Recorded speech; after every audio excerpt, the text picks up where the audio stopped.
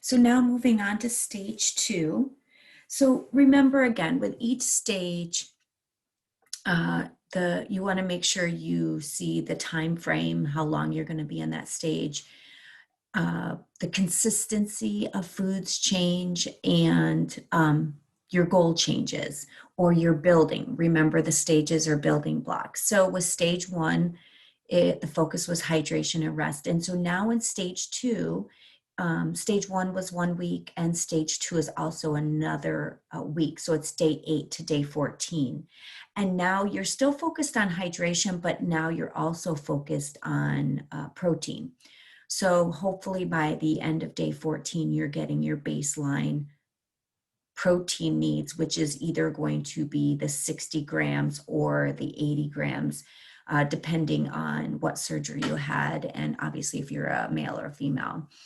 And then, of course, you're going to notice that the consistency changes. So we're going from clear liquids now to what we would call thick liquids or pureed foods, like baby food consistency.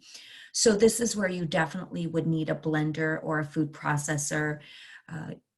So not only does food get stuck really easily, you don't, in the beginning, when part of your stomach has been put aside or removed, you don't have the same digestive enzymes. So blending the food in the beginning, 1, so food doesn't get stuck, 2, so it's beaten down, so your body doesn't have to work so hard to break it down, is why you want to eat the pureed food. So it's going to be baby food consistency.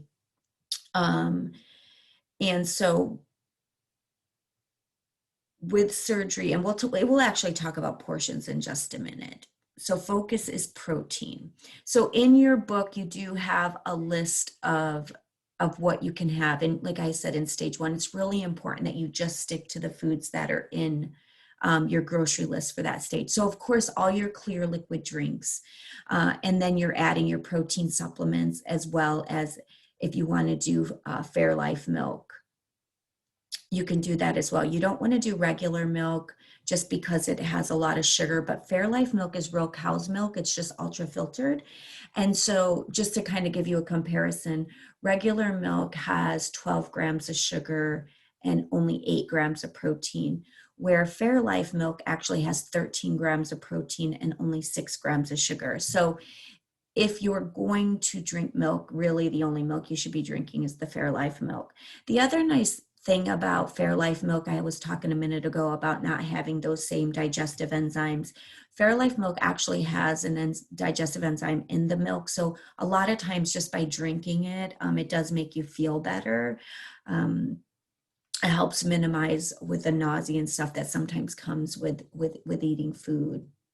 So you're not really eating that much. If you had gastric bypass or having gastric bypass, your stomach's going to be about 1 ounce in the beginning. So it's about the size of your thumb. And then the other surgeries are about, the pouch is about 3 ounces, which is about 1/3 of a cup of food. But even though your pouch size is different, you have a lot of inflammation for probably the first 6 weeks. So that's why in the first 6 weeks, it's even harder to get your fluid and food needs in, just because of that inflammation. So your pouch is even smaller. So in the beginning, like I said, you're going to have a food processor or a blender. But the foods that do not need to be blended, obviously all your liquids. So your liquids don't need to be blended. In your protein, your yogurts, so obviously yogurts or baby food consistency, like if you actually buy baby food, that's also blended. So those don't need to be blended. And then your baby food vegetables, baby food fruit, applesauce, these do not need to be blended. Cauliflower mock, the cauliflower mock potatoes, those are already pre-blended. So if you don't want to have to worry about blending foods, honestly, you can stick to Fairlife milk, protein shakes, Greek yogurts, applesauce, and then baby food, fruit, and vegetables. Anything else on this grocery list has to be blended. So if you want to have cottage cheese, that's fine. It has to be blended. If you want to have a scrambled egg, that's fine. It has to be blended. You have to pre-break it down because you do not have the digestive enzymes to break foods down at this stage. So our focus, like I said before, our focus is that protein. You're starting on day 8. You're not necessarily going to be getting your 60 or your 80 grams by day 8, but by the end of week 2, stage 2, hopefully you're getting those baseline protein needs in. Now, for each stage, this is really important because we give general guidelines. So each stage, we say 1 week, or we tell you the time frame, but it's really important that you meet the goal of that stage before moving on. And some of you, for different reasons, are going to transition a little bit slower. So if you're not getting your baseline protein needs in by day 14, you do not move to the next stage. So let's say you're on day 14 and you can only, let's say, get in 1 protein shake a day. That's all that you're able to get in. And you're only taking in 30 or 40 grams of protein. You're not going to move to. So we do give you these general guidelines, but at the end of the day, your body's the boss and you need to listen to what your body's allowing at that time. So, just remember you have a goal for each stage and you're not going to move on. So some of you might be in stage 2 for a couple of weeks before you move on to stage 3. You are going to start taking your vitamins in stage 2. I recommend usually day 9 or 10. And the reason for this is the bariatric multivitamins are really strong. And if you take them on an empty stomach, you can get really nauseous and even sometimes get sick and vomit. And so if you end up getting sick from your vitamins, then you have that negative association and then you don't want to take them.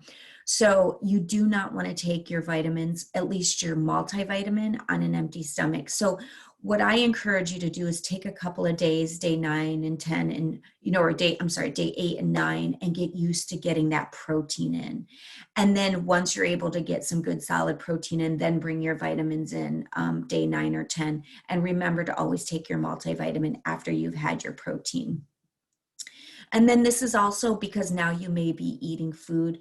This is where you'll start to not drink with your meal. So remember, there's no liquids 15 minutes before you eat, the whole time you're eating, and then 30 minutes afterwards. And so now you have 2 goals, right? You're still trying to get that baseline fluid needs in, which everything counts. So your protein shakes, they count for 2, right? The protein shake is going to be your protein, but it's also going to count as a part of your liquid. So when we say 48 ounces, it's not just of water, but it's of your total liquid intake, because we want to make sure you're staying hydrated. Each stage of the diet is going to have this gray box in your book, and this is really important to identify what the serving size of each stage is, because I can promise you your eyes are going to be bigger than your stomach. And there's a very fine line between being okay and getting sick. And so a lot of times, you just think, oh my gosh, this tastes so good. And you just think 1 more bite. Well, 1 more bite is all it takes is for you to get sick and vomit. So make sure you're measuring your food out and you're following the serving size guidelines. So for stage 2, the focus is protein. Your food is blended, pureed, and what your focus is you're doing 3 meals, right? So you're doing your 3 meals, but what does the meal consist of? It consists of 2 tablespoons, 2 or 3 tablespoons. I would start with 2. And that's a measuring tablespoon of a protein from the grocery list, right? And then 2 tablespoons of a blended fruit or vegetable. So you're going to do one or the other, and then you're going to do your 1 to 2 protein shakes a day. And so depending on if you have a protein shake that is 20 grams, obviously, if you bought something like a Vega 1 or Orgain that only has 20 grams of protein, you're going to have to do 2 a day. If you bought core protein that's 42 grams of protein, you would only have to do 1 a day. So it's your 1 to 2 protein supplements a day. ideally you're going to get about 40 grams at minimum from the supplement, and then the 20 grams from food.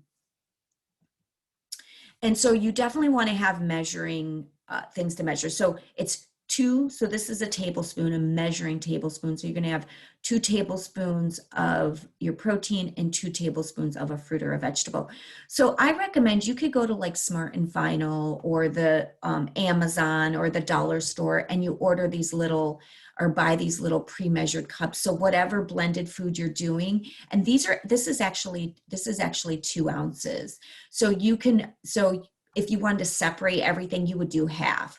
So you would do half, let's say, of your yogurt and half of an applesauce. And then that way you can pull out whatever you're doing, and everything's pre-measured. And then you don't have to worry about it, because it's just 1 week.